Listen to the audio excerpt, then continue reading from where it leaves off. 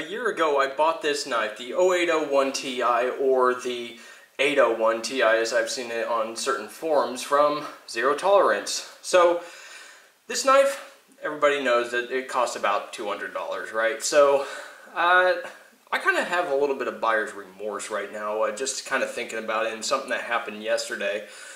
I've been using it on and off for about a year now, and I didn't really put it to any serious use, like cutting down branches or anything like that. And every now and then I walk down my driveway and cut down little branches that I've overgrown. And it's a simple pocket knife chore.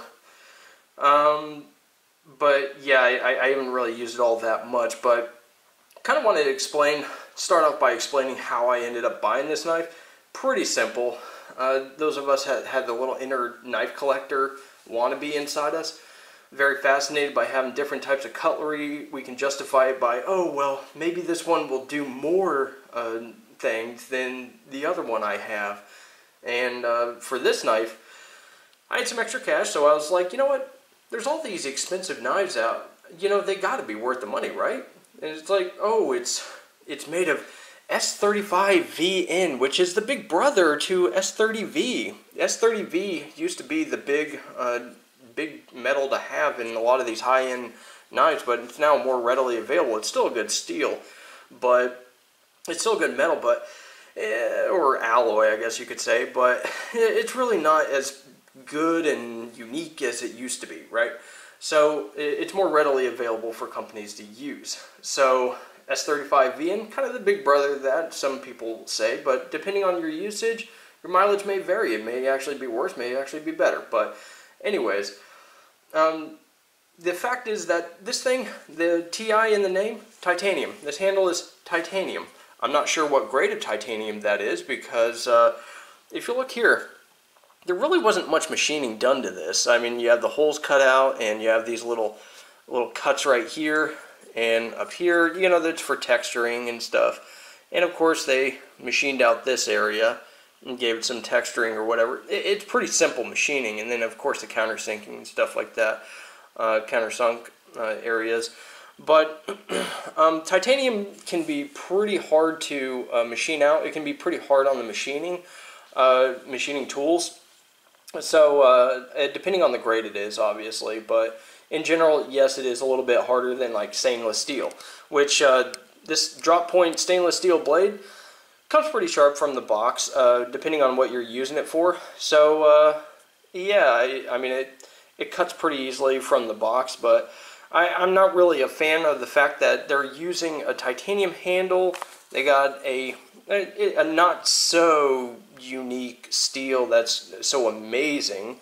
They got a really wide blade that comes to a nice point, which is, you know, unlike the other blades, which is why I chose this. One of the biggest reasons was this blade was more functional for stabbing than the other ones that looked like a spoon that was flattened and cut in half. So, and had a sharpened edge to it, so it wouldn't be good for stabbing, really. But, yeah, it has a titanium handle. It's pretty well formed, pretty simple. It has no jimping on it whatsoever anywhere. Just a wide blade, a contrasting clip, and, you know, black Teflon clip. The handle is a bead blasted titanium with very little to kind of scream aesthetics. It's skeletonized, and titanium mars pretty easily and scratches pretty easily. Bead blasted finish on this, stonewash finish on the blade. It's a pretty simple design if you actually look at it compared to some others. I mean, if they really wanted to go all out, why not make this a very thin titanium body? Put some carbon fiber, actual carbon fiber. Take some carbon fiber, unidirectional, pre-preg, make some little panels here, and then put a standard weave layer over the top of it as the beauty layer. And if you get that out, I mean, it would justify the price more. Titanium is pretty expensive. It's kind of hard to, on the machine tools. This metal is pretty.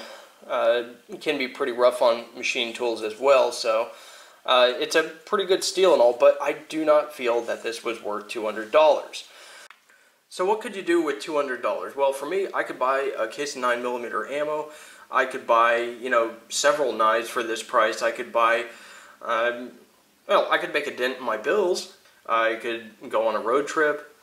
a little road trip around Alaska. I could buy some range gear. I mean, hell, you can do a lot with $200. I found when I was carrying it yesterday, I handed it off to my girlfriend, and I made a comment. It's like, please don't drop this knife, because we went out to like a falls area, like waterfalls and stuff, and she wanted to use the knife for something, and I was just like, just please don't lose the knife. It costs $200. And so here's the thing about an everyday carry knife. You should be able to use it. You should be okay with losing it and replacing it. It should be worth that money. It should have all those features and still be worth it, because guess what? It's just like a pair of sunglasses or something like that. You should be able to lose it and not really cry too much about it. And that's one of the reasons why I'm starting to have buyer's remorse. Why do I want to carry a knife that's just hanging out of my pocket by a clip, and it could slip at any moment? It could get stolen. It could get lost. What would I do if I lost this knife? I'd be out $200, and yeah, I wouldn't have the knife anymore. Well, if it had gotten dropped in the water or somewhere in the woods, just gone, poof, $200, gone. Well, could I actually solve that problem with something that's less expensive? Yeah, there's a knife that CRKT makes that has kind of a softer metal. It's not really as good as S35VN, but it's called the Gusset, and it costs $30 at the store. I ended up getting the Hootenanny, which is about $40 to $50 in retail price. So those have a good steel on them. The 8CR13 MOV is not a bad steel. It's not really supposedly as good as the S35VN, but those are easily replaced. It doesn't cost much to replace them, and I can use them pretty hard. I don't know.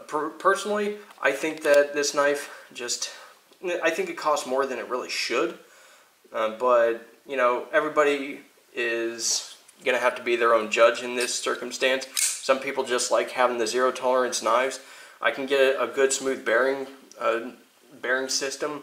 Like the CRKT Hootenanny has a very smooth bearing system. This one is a little too tight, and yes, I have lubed it. So, yeah, I'm just not really too impressed with this knife for $200. I could buy several knives. I could buy 5 Hootenanny knives, or, you know, 6 to 7, you know, of the Gussets. And the Gusset looks similar to this, where it's all skeletonized and stuff, and it actually has jimping. It actually is like this knife, but it's a little bit of a smaller version, a little skinnier version, and a little bit of a softer steel. But guess what? I could get 5 of them, or 6 of them, or 7 of them for the price of one of these. So for me, this really doesn't have the quote-unquote value that a lot of people say they do. So I think this is my last zero tolerance knife. But anyways, this isn't a review. This is just kind of a rant about kind of disappointing myself for buying it. Buyer's remorse. So anyways, I appreciate you guys watching. Go ahead and leave a comment below, and I will talk to you guys later.